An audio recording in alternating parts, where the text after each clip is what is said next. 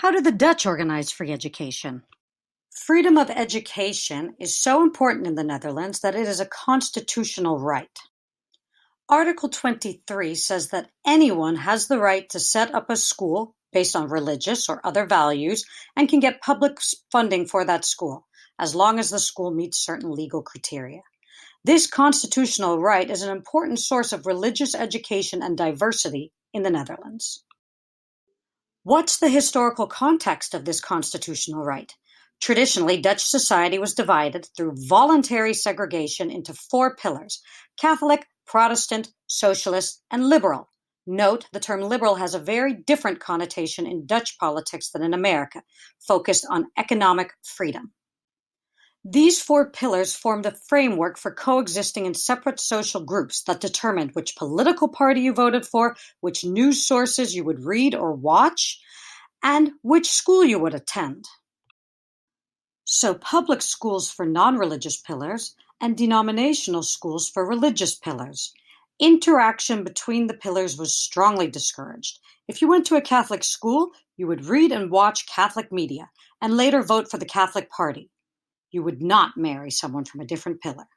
In the 1960s, secularization led to less pillarization, but the cultural and legal framework still influence society and education today.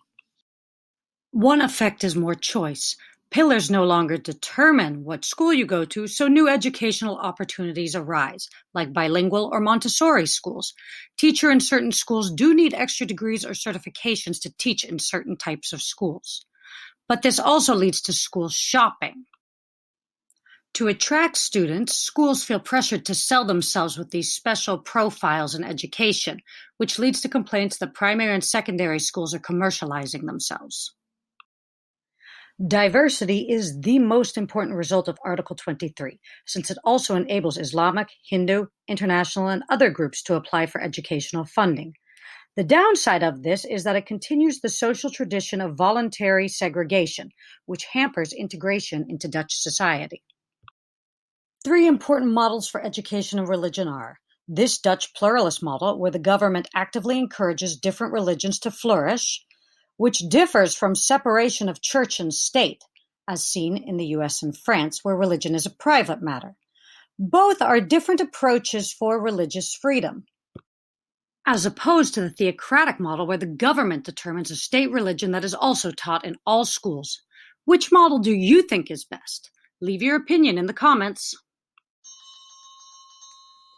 Like this video. Subscribe for more lessons by Miss Mar.